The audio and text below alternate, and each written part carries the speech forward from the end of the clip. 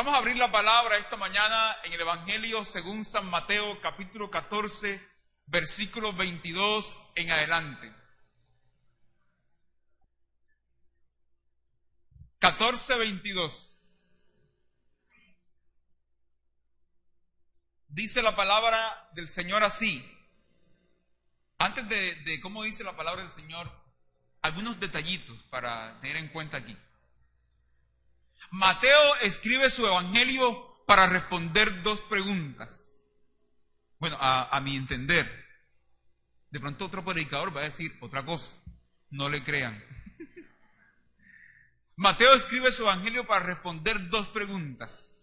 La primera pregunta es la pregunta de definición. Vamos a pasar rápidamente por esto. La primera pregunta, la pregunta de definición. Y esa la encontramos, no lo busquen, solo para referirnos a eso rápidamente. En Mateo capítulo 11, versículo 3, allí encontramos la crisis del gigante, el gigante que se derrumba, Juan el Bautista, que está en la cárcel y después de haber dicho en su ministerio y haber señalado a Jesús como el Cordero de Dios que quita el pecado del mundo, Juan entra en crisis. Y como ve que Roma todavía sigue mandando sobre ellos, Herodes sigue allí, Pilato sigue allí, él manda preguntarle a Jesús a través de sus discípulos, pregúntenle si es él o esperamos a otro. ¿Eres tú el que había de venir? Porque habían cosas que no encajaban. Díganme, ¿cuántos de ustedes que están aquí sentados esta mañana no han tenido crisis de fe así? Señor, ¿eres tú? Porque es que fe no es no dudar. Fe es seguir avanzando a pesar de la duda. A pesar de la niebla. A pesar de lo gris. Fe es, como decían en mi tierra, donde yo me crié en el monte, regender el monte. ¿Se acuerdan? Que la gente decía, no, estamos regendiendo monte, es decir, haciendo caminos. Fe es avanzar a pesar de la duda. Y Juan entra en duda. Pregúntenle si es él o esperamos a otro. Y bueno, hay toda una defensa que Jesús hace allí de su ministerio y también del ministerio de Juan. En capítulo 11. Ahí está la pregunta entonces de definición. ¿Eres tú el que había de venir o esperamos a otro? La segunda pregunta que creo que responde el Evangelio de Mateo es la pregunta de decisión. La encontramos al final del Evangelio y ya no la hace Juan, ya Juan había muerto. Ahora la hace Pilato. Pilato hace la pregunta cuando Jesús o presenta a Jesús ante la multitud. Y Pilato pregunta, ¿qué hacemos con Jesús llamado el Cristo? Recuerden que en narrativa las preguntas son para el lector. ¿Qué vas a hacer con Jesús llamado el Cristo? No hay posiciones neutrales. ¿Qué vas a hacer con Jesús? Con estas dos preguntas, eso está en Mateo 27, 22. Con estas dos preguntas, Mateo tiene dos propósitos. Primero, un propósito pastoral. Quiere comunicar un sentido de confianza propia, de valía propia a una comunidad que enfrenta una crisis de identidad. Pero también, en segundo lugar, un propósito misionero. Quiere infundir valentía, ánimo, aliento a los miembros de esa comunidad para que perciban las oportunidades que Dios da para el servicio y el testimonio a su alrededor. Por eso Mateo termina ¿cómo? Con la gran comisión. Ese texto que va a dar forma a lo que Dios quiere enseñarnos y hacia Dios quiere movernos el año que viene, 2017. Mateo 28, ir por todo el mundo y predicar a las naciones. Y entonces ese es el ánimo que Mateo quiere infundir. Así como bien lo cantábamos esta mañana, llevaremos su gloria a cada pueblo y a cada nación. Pero hay que empezar por la casa, ¿oyeron? Y los jóvenes que están aquí esta mañana que sueñan con ser misioneros, yo miro con sospecha. Yo agradezco al Señor por estas cuestiones de Jucún y eso, pero hay un poco de pelados que no quieren ser misioneros, sino paseadores. Y una cosa es ser turista y otra cosa es ser misionero. Y hay un poco de pelados que sueñan con alcanzar el mundo y con ganar las naciones y reprenden al diablo, los autorizan y tienen el cuarto desarreglado. Y los interiores en el baño. Una media por aquí, otra media por allá. Hay que empezar por la casa, porque eso también es muestra de que Dios nos ha visitado. No digo eso porque yo lo he superado. Yo también soy papá. Yo estoy hablando de cosas con las cuales lucho también en la casa. Dana, ¿y entonces por qué? Y a veces detrás de la puerta he encontrado interiores de 2 días. Porque hay que construir carácter. Yo sueño que ella sea misionera en el África. Pero primero tiene que serlo en casa. Ahora, ese es mi sueño, ¿no? Dijo Teresa de Calcuta, enséñale a soñar, pero aunque no sueñen tu sueño. No sea que esa sea mi frustración y la esté proyectando en ella. Que el Señor nos libre de eso, de proyectar nuestras frustraciones en los nuestros. Ahora, este texto que vamos a leer esta mañana se encuentra presenta 2 grandes gritos. ¿Qué presenta el texto? 2 grandes gritos, producidos por el temor, el miedo, enmarcados en el asunto de la otra orilla. Ahora sí vamos a leer el texto. Por favor, Mateo 14, 22. Y enseguida Jesús obligó a los suyos a entrar en la barca e ir delante de él a la otra orilla. Mientras él despedía a las multitudes, una vez despedía a la gente, subió al monte para orar a solas, diga a solas. Y cuando llegó la noche, estaba allí solo, en esos pleonasmos necesarios que nos hace el Evangelio, esos énfasis que uno dice, oye, pero si ya dijiste que estaba solo.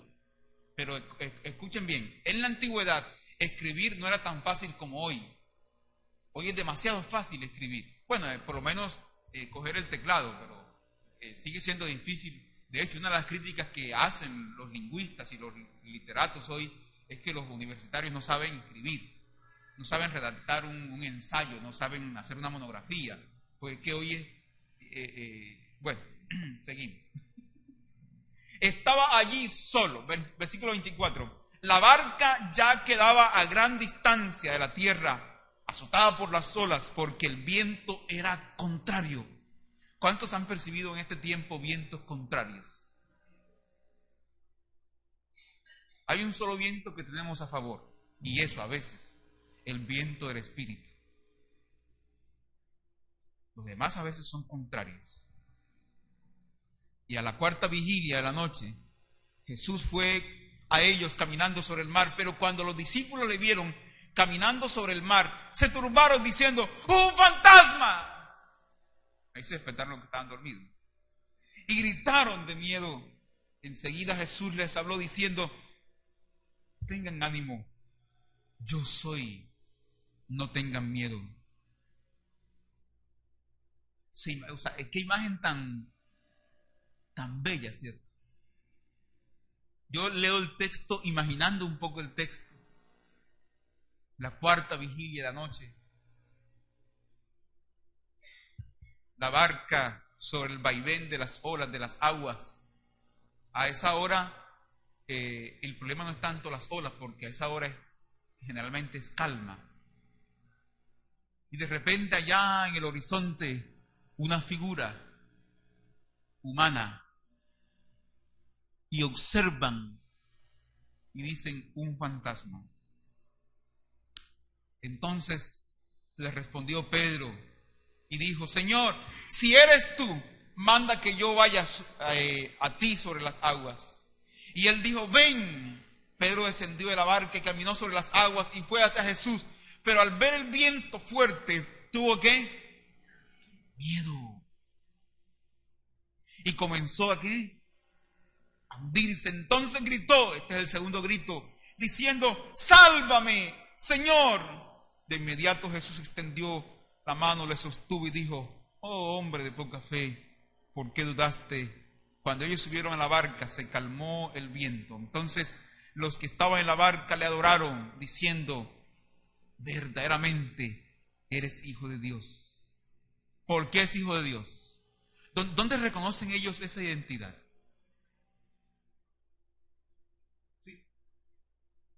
¿Cómo perciben ellos eso? Vamos a verlo ahorita. Cuando cruzaron a la otra orilla, llegaron a la tierra de Genesaret, y cuando los hombres de aquel lugar les reconocieron, mandaron a decirlo por toda aquella región, y trajeron a él todos los que estaban enfermos, y le rogaban que solo pudiesen tocar el borde de su manto, y todos los que le tocaron quedaron sanos. Esa frase final para decirnos que nadie que se encuentre con él quedará inmune, saldrá ileso, quedará igual. Dicen que en nuestros términos, la gente se moría por tocar el dobladillo del pantalón. Y la gente decía: si tan solo tocásemos el dobladillo, el falso. Así que dicen ustedes, las señoras de antes que cogían falso en la casa, ya eso no se coge. Sigue habiendo falsos en la casa, sí. Cogían falsos en la casa y le cogían el pantalón, que le quedaba uno, brincachaco, correpuel, que decían. Y uno iba soltando, uno iba creciendo, iba soltando. Y se veía abajo así las marcas, ¿sí? ¿No? Y no era signo de vergüenza. Hoy, ay, mira, era más bien: oye, estás creciendo, ¿cómo has crecido? Mira, el pantalón le ha soltado ya varias cosas. Uy, qué bien. Y después pasaba al hermano o al primo. Entonces, uno en diciembre no está esperando regalos. Yo en diciembre estaba: ay, que mi primo crezca bastante, Señor, que mi primo, para que me pasen los pantalones de él. Veamos el primer grito. El primer grito. El texto empieza diciendo que Jesús invita a los suyos a pasar a la otra orilla. Esta es una palabra que intenta ponernos en perspectiva, hermanos, respecto a 2017, pero también mirar un poco lo que ha acontecido este año. Alvin Toffler, hay un libro que publicó, ya murió el año pasado, se llama El shock del futuro, para decirnos allí en ese texto grande, como de 700 páginas, qué es lo que nos sucede, qué es lo que nos acontece a nosotros cuando estamos frente a lo desconocido, cuando estamos frente al horizonte, cuando pensamos en el futuro. La resistencia a pasar al otro lado nos estanca la vida. Si no pasamos al otro lado, se nos va la vida y se nos van los mejores años para crecer. Y empieza uno ya a esta edad, a los 25 años que tengo yo, empieza uno entonces a mirar hacia atrás, ¿cierto? Y a tener esa visión panorámica, retrospectiva de la vida, y hablar y a enumerar los años perdidos y las deudas de la vida, a veces por los temores de no pasar a la otra orilla. A nadie engañamos mostrándonos que estamos avanzando al otro lado, a la otra orilla. Uno puede aparentar y camuflarse por un tiempo, pero en cualquier momento la realidad va a demostrar con creces en qué lado de la orilla estamos. Mañana, si Dios lo permite, viajamos al pueblo. San Marcos. San Marcos es un pueblo de primera. Uno mete la primera, cuando quiere meter la segunda ya ha pasado. ya ha salido al otro lado ya. Y yo tengo la sensación de llegar y encontrarme con viejos amigos que parecen fotografías y que se han quedado congeladas en el tiempo. Y uno dice: qué bueno por encontrarme con esta gente, qué bueno, pero parece ser que no se avanzó. Y no porque uno esté en el pueblo, ¿no? Porque yo conozco campesinos de avanzada. Y uno no necesita salir a la ciudad para ser de avanzada. Mi papá es un campesino de avanzada. Pensó siempre en nuestra superación, pensó siempre en tener a su esposa bien dentro del campo, pensó siempre hacer las cosas bien. Tarde o temprano, La realidad va a demostrar con creces en qué lado de la orilla estamos. Los psicólogos hablan de la necesidad de cerrar ciclos. ¿Cuántos de ustedes esta mañana tienen que soltar cosas? Soltar relaciones. Basta ya. Si has luchado, si te has entregado y hay que soltar, suelta. Porque Dios te invita a la otra orilla, a otras realidades, a asumir otros desafíos. Ya no des más con el disco rayado. Es que no, yo soy así porque imagínate, mi abuelo, siempre la misma historia. No, mi mamá, me dejaron caer. Basta ya. Elabora tu duelo, sí, pero supéralo. Supéralo. Pasemos a la otra orilla. No estamos aquí para negar lo que alguien te hizo en el pasado, ni que eso no te afecte en el presente. No, no, no. Jesús se retira a la montaña a orar. Después de la alimentación a los 5,000, se aísla al monte. Voy a hacer unos comentarios del texto para llegar al primer grito. Jesús toma distancia de ese hecho. ¿De cuál hecho? De la alimentación a los 5,000. Y ora. Se pasa a orar. ¿Qué ora Jesús? ¿Por qué ora Jesús? Yo quiero sugerir esta mañana que Jesús ora a su Padre para que éste lo libre de la tentación del poder, de la tentación de la popularidad y de la tentación del éxito. Lo mejor que nos puede pasar después de un logro y un éxito, entre comillas, es estar a solas, orando al Señor. No tanto estar aquí para recibir aplausos. Ah, sí, sí, señores. Sino, vete, huye, porque el éxito embriaga.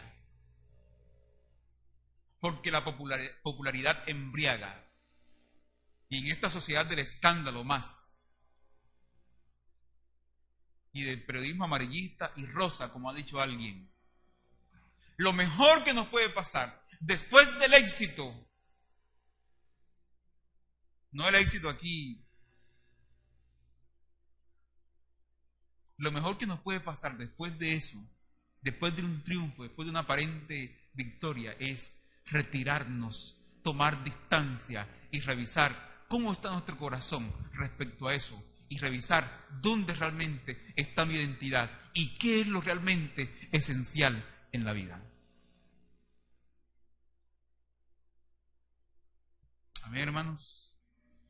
Ustedes que se graduaron este año, que se graduaron de su especialización, que se graduaron de su pregrado, que se graduaron de bachillerato, que se graduaron de prejardín, de párvulo, tomar distancia del asunto y entender cómo la oración montañera, porque aquí el monte no solo es una precisión geográfica, sino también una indicación existencial. La oración montañera le da a Jesús una visión amplia de la vida y lo pone a tono con lo esencial. La oración del monte nos permite subir al monte de Dios y orientarnos mejor, para que el éxito no nos embriague, para que esa aparente victoria no nos embriague, para recordar en oración y a solas qué es lo realmente esencial en la vida, para que el carro no te embriague y no te saque del propósito de Dios, para que el apartamento que adquiriste no te embriague y te saque de Dios, para que ese empleo, para que ese ascenso en la empresa no te embriague y te mantengas a tono con el Señor. Es necesario retirarse a solas y orar al Padre diciendo: Padre, líbrame de la tentación de creer que estoy aquí por mis propias fuerzas. Líbrame de la tentación de tomarme la gloria para mí. Líbrame, Señor, líbranos. Amén, hermanos. En la tradición del Antiguo Testamento, el monte implica volver a las fuentes. En Primera de Reyes 19:8 encontramos a Elías, un Elías frustrado, fracasado, y vuelve al monte de Dios. Y allí en el monte recupera la visión, lo esencial de la vida. Porque lo esencial de la vida no es tener, es ser. Porque lo esencial de la vida no es ser adorado, es adorar. Ser glorificado es glorificar. Ser servido es servir.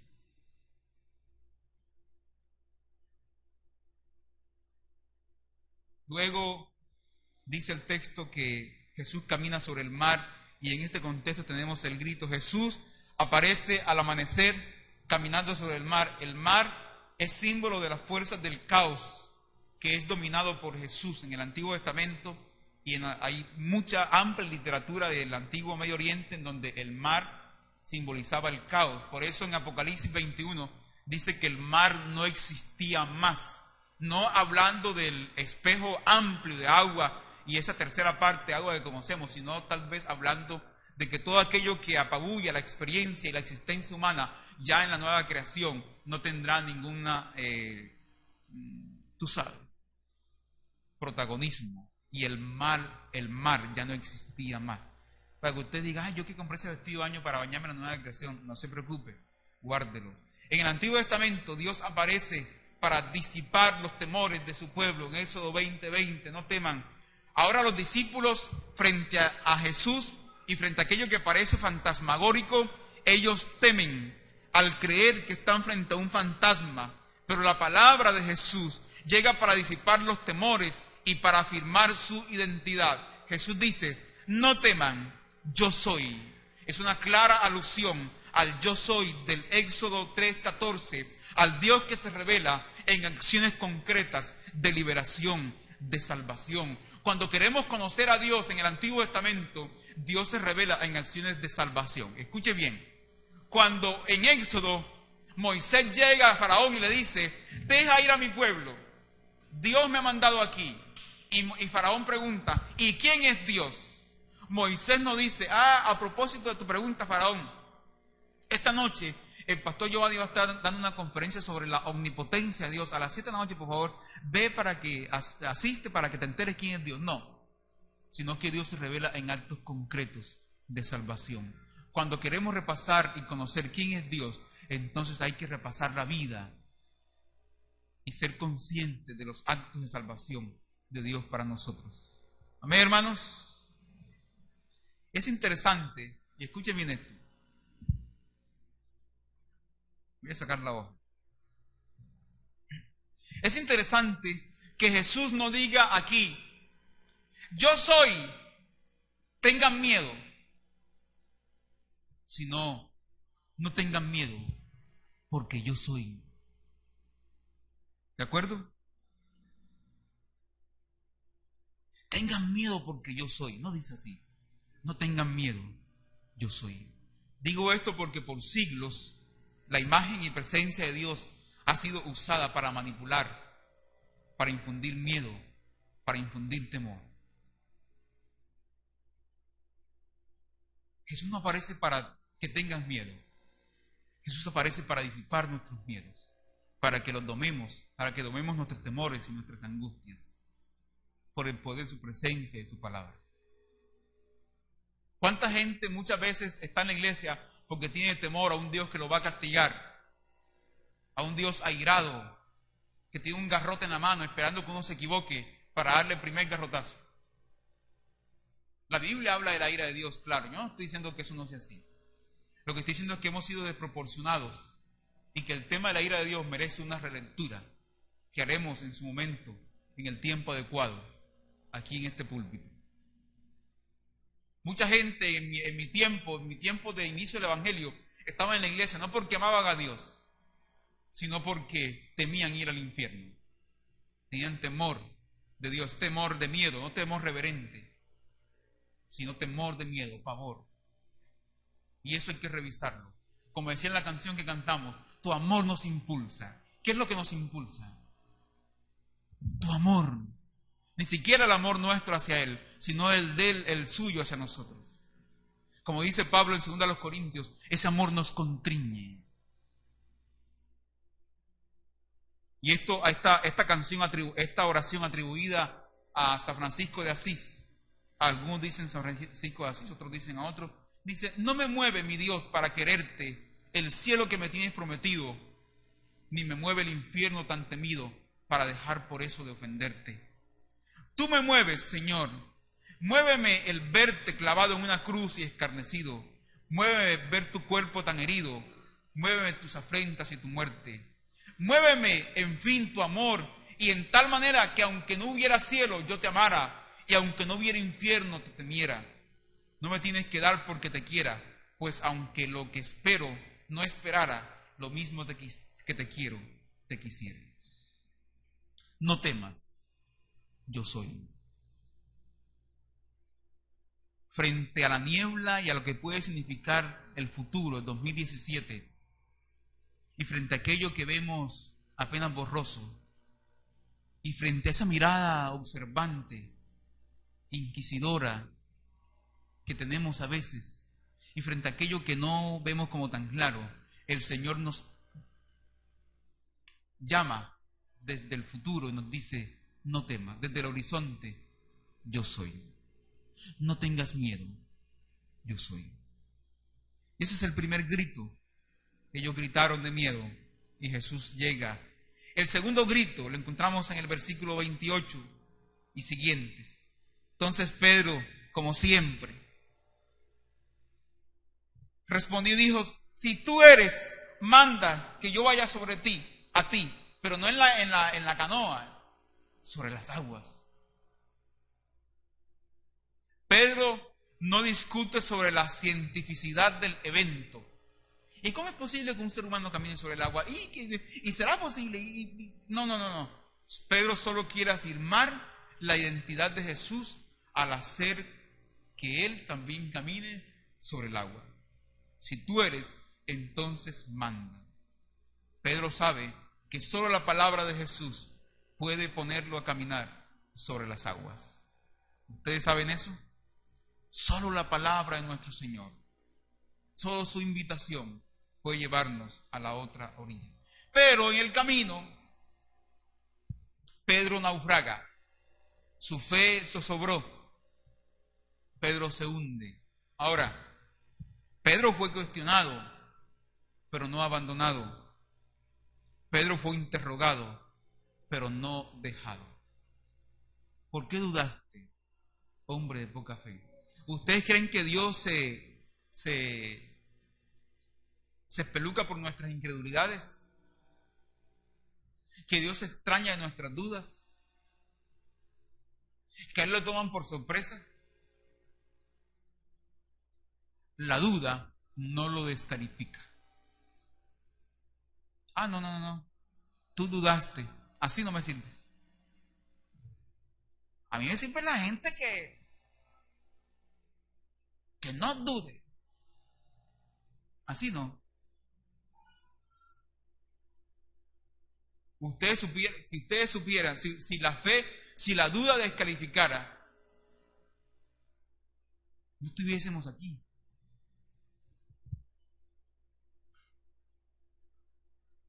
No estuviésemos aquí. Porque a veces Dios obra por nuestra fe. Sí, es cierto. Y eso lo vemos en los evangelios. Pero a veces Dios obra para que nazca en nosotros fe. Y eso también lo vemos en el evangelio. Son las dos caras de una misma moneda. Dios obra y a veces alaba, y hija, tu fe te ha salvado, eres salvo por tu fe. Pero a veces obra donde no había fe, para invitarnos a la fe. Jesús Arán Romero dice en una canción, has hecho lo que has hecho para llamar mi atención. Su falta de fe no lo descalificó. La mano misericordiosa de su Señor lo sacó a la superficie, lo sacó a flote. Nosotros tenemos la pretensión de que nuestra fe mueve al Señor, pero es el Señor quien nos mueve a la fe y a la confianza en Él. Pretendemos tener una fe fuerte para mover a Dios, para mover a Dios a hacer esto o aquello, pero en realidad nuestra fe es frágil, endeble, herida, lastimada, y es Él quien nos ayuda y fortalece la fe. ¿Cuántos han naufragado este año? Caminando el camino de la fe. Pedro encarna el camino de la fe en el corazón del hombre. Cree, pero su fe sigue siendo frágil. Cuando no piensa más que en Jesús, es fuerte. Cuando vuelve a tomar conciencia de su condición humana, de las tormentas y el viento contrario se hunde. Grita, Señor, sálvame. Y entonces Jesús lo sostiene y lo salva. Esta imagen es una imagen auténtica de las luchas del hombre por Cristo. Por la fe y el amor, el hombre se ve en cierto modo agarrado a Cristo. Tal vez nuestro problema, como ya lo decía en otra ocasión, no es la debilidad, sino la ilusión y la pretensión de que somos fuertes. Nuestro problema a veces no es con la debilidad, sino con la pretensión de ser fuertes. Como dice Proverbios, antes de la caída viene el orgullo, la arrogancia. Finalmente, hay salvación y reorientación en el texto. El texto cierra con calma y con el Hijo de Dios que vence las fuerzas del mal. Yo preguntaba ahorita, ¿cómo descubrieron ellos que este es el Hijo de Dios? En la compañía, en las acciones liberadoras. Ahí se conoce a Dios. No es un Dios distante, es un Dios cercano, pero también es un Dios que libera. No podemos cruzar al otro lado, a la otra orilla, si no morimos a cosas. Yo no sé qué hay en la otra orilla. Hemos presentado un plan de trabajo para el 2017. Hemos dicho, será misión discípulos. Vamos a movilizarnos al discipulado, vamos a movilizarnos a la evangelización, siendo coherentes con la misión que está pegada allí, siendo coherentes con nuestro texto lema, siendo coherentes con el Cristo misionero de la AIC. Pero no sé qué va a acontecer. Este viaje al cual les hemos invitado a ustedes no estará exento de problemas, de dificultades. Es como cuando uno pinta un cuadro y lo tenemos allí y nos hemos asomado junto con el liderazgo y ahora la iglesia misma y les decimos, hermanos, hacia este paisaje queremos ir, hacia esta realidad queremos llegar, pero no hemos ido tampoco nosotros. Yo no he estado allí, pero queremos llegar allí y queremos que nos acompañen en eso. No estará exento ese viaje de escollos, de traspiés, de barro, de lluvia, de reorientaciones, no. Pero allí es donde queremos ir y les invitamos a ustedes, a la otra orilla. Si no morimos a cosas, no podemos cruzar. La tendencia de los seres humanos no es precisamente cruzar los otros lados, porque para nosotros, los seres humanos, existe un solo lado. El lado que conocemos, el lado que controlamos, el lado en que nos acomodamos. No podemos avanzar a nuevas etapas de la vida en Cristo si seguimos aferrados a viejas orillas, al viejo puerto en donde dependemos de otros y de las comodidades que nos ofrecen o que hemos construido y elaborado. Dios quiere traer independencia de esas cosas a las cuales nos agarramos en nuestras orillas y quiere que lo único en que dependamos sea de Él. Es paradójico, contradictorio, pero es en la dependencia de Dios donde Dios quiere hacernos personas independientes, maduras y abiertas a enfrentar lo nuevo y asumir los cambios de la vida.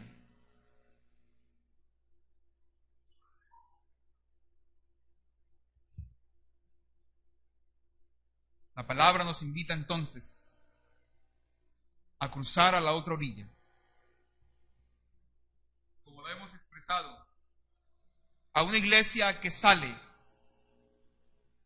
una iglesia que se mueve, una iglesia en salida, porque lo peor que nos puede pasar es el encierro y lo mejor que nos puede pasar es salir. Las salidas, como siempre, no estarán exentas de accidentes, de dificultades, pero Dios nos está invitando a ir a la otra orilla. El 2017 es nuestra otra orilla. Lo que Dios ha dicho, la palabra que Dios ha dicho es nuestra otra orilla. Pero hay un detalle con el que quisiera terminar esta mañana y cerrar. Quiero confesarles, no soy muy dado a hacerlo, que se me quedó una hoja de sermón en la casa.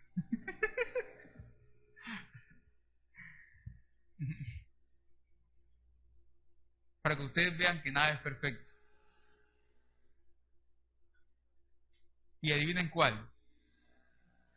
La de las aplicaciones.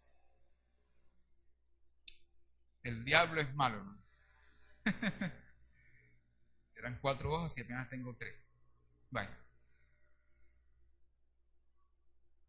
Hay un detalle muy importante en el texto que está al final.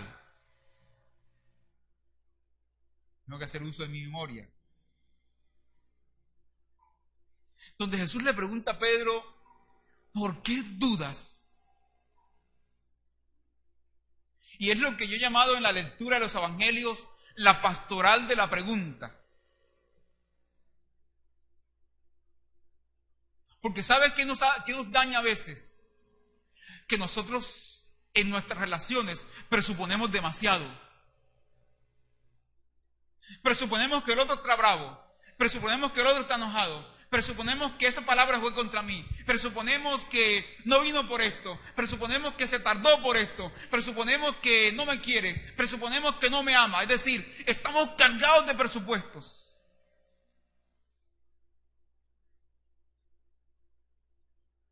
Jesús se acerca y pregunta. Ese fue porque no crees en mí.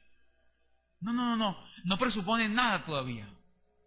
Se acerca y pregunta, acerca y te pregunte. Los esposos, amor, ¿por qué estás así? Eso permite elaborar razones. Puede ser que al final no estés de acuerdo, o sí estés de acuerdo.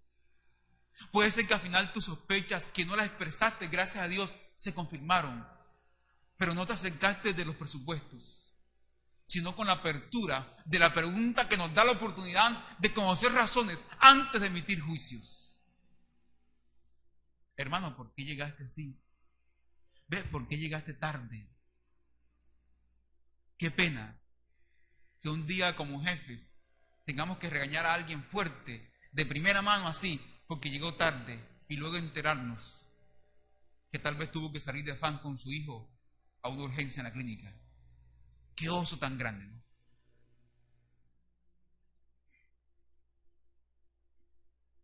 Qué oso. Jesús se acerca al Pedro ahora mojado, emparamado,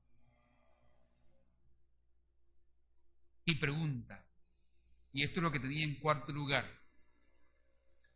Esa pregunta nos permite reconstruir la fe a partir de las razones de la duda. ¿Por qué dudas? ¿Cuáles son tus miedos? Porque entre otras, los miedos maltratados se convierten en fuente de idolatría. ¿Escucharon eso? Ayer lo publiqué en el anuncio que doy en Facebook para la palabra el domingo, y eso fue la hoja que se me quedó. Los miedos maltratados son fuentes de idolatría.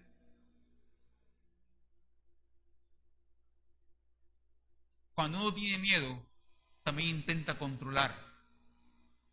Muchas veces noviazgos que se llevan a cabo en escenarios de celo, matrimonios celosos, y uno se acerca y dice, el problema aquí no es el celo, el problema es el miedo. Y por eso hay que preguntarle a él y a ella, ¿a qué le temes?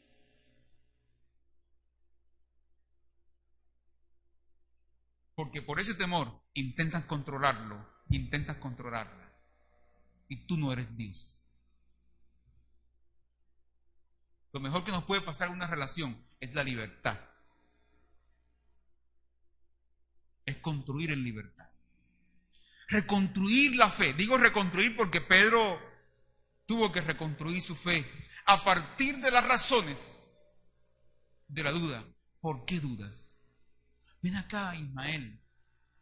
Ven acá, Ana. Ven acá, Doris. ¿Por qué dudaste? Ven acá, Jimmy. Ven acá, Rafa. ¿Por qué dudas? ¿Por qué dudaste? Pedro llega a casa esa noche mojado. O esa mañana mejor. Pero tiene una historia para contar. Tiene una experiencia para atesorar. Les digo algo. El cielo prefiere un discípulo mojado porque dudó que uno seco porque se acomodó y no se arriesgó. Repito. El cielo prefiere a un discípulo mojado porque en la travesía dudó. A uno seco porque se acomodó, porque no se arriesgó.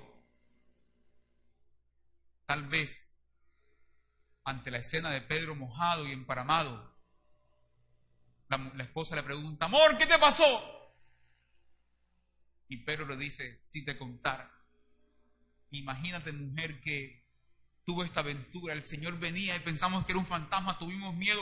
Él nos calmó los temores. Luego le dije: Señor, si eres tú, manda que yo vaya. Y empecé a caminar, amor, imagínate. Empecé a caminar sobre el agua, imagínate. Y la esposa así, como miran las esposas.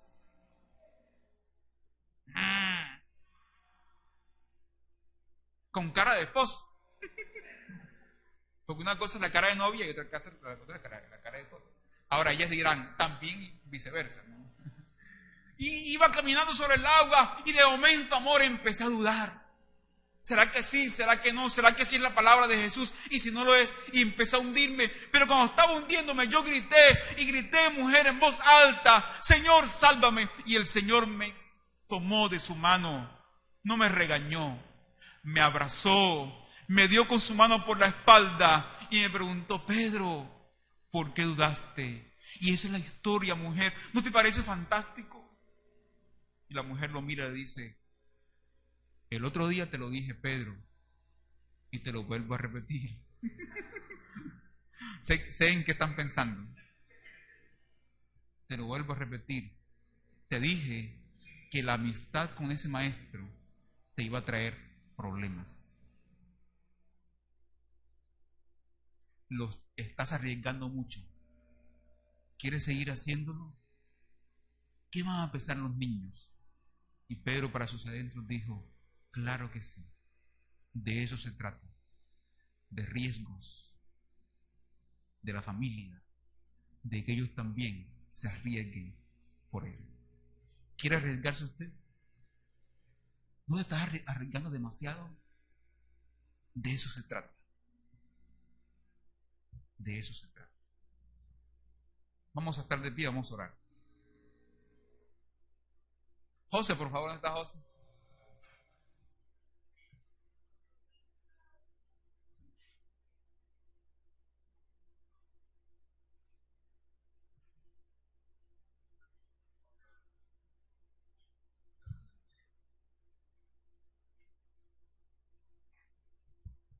¿Cuáles son tus dudas esta mañana? Arriésgate. Arriésgate. De eso se trata.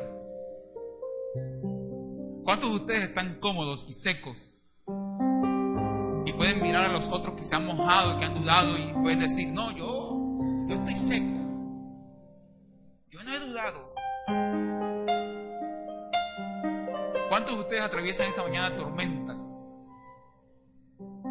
Ánimo, fuerza.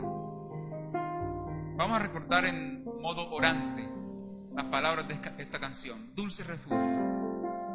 Dulce refugio en la tormenta. Es Jesucristo el Salvador. Es Jesucristo el Salvador. Él me alienta y me alimenta. Y me alimenta con su palabra y su amor. Dulce refugio, otra vez. Dulce refugio en la tormenta. Es Jesucristo el Salvador.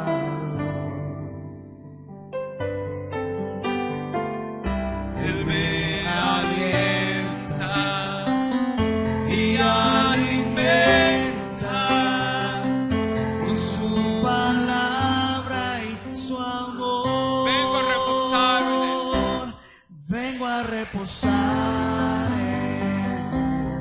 en amigo fiel, una poderosa y fresca unción llenará mi corazón. Dulce refugio En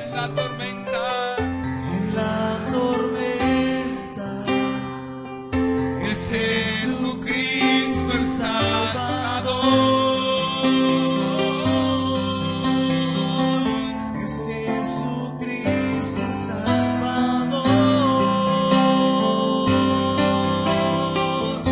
Es Jesucristo el Salvador. Es Jesucristo el Salvador. Señor, permítanos pasar a la otra orilla por tu palabra y acompañados por tu presencia, superando nuestros temores, no ignorándolos, elaborando nuestros duelos, aprendiendo de nuestras crisis, llegando a casa tal vez mojados, pero mojados porque nos atrevimos, y no secos porque nos acomodamos.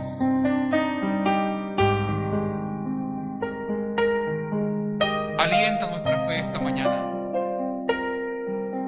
Recordamos a nuestro hermano William Viera.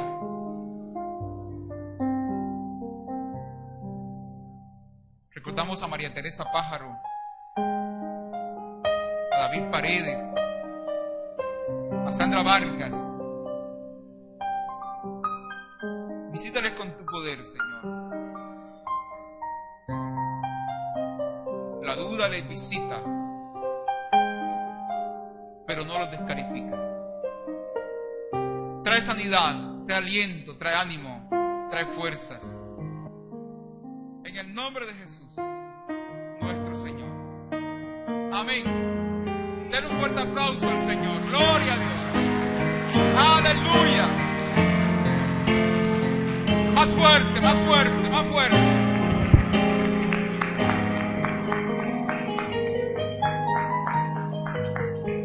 Aleluya.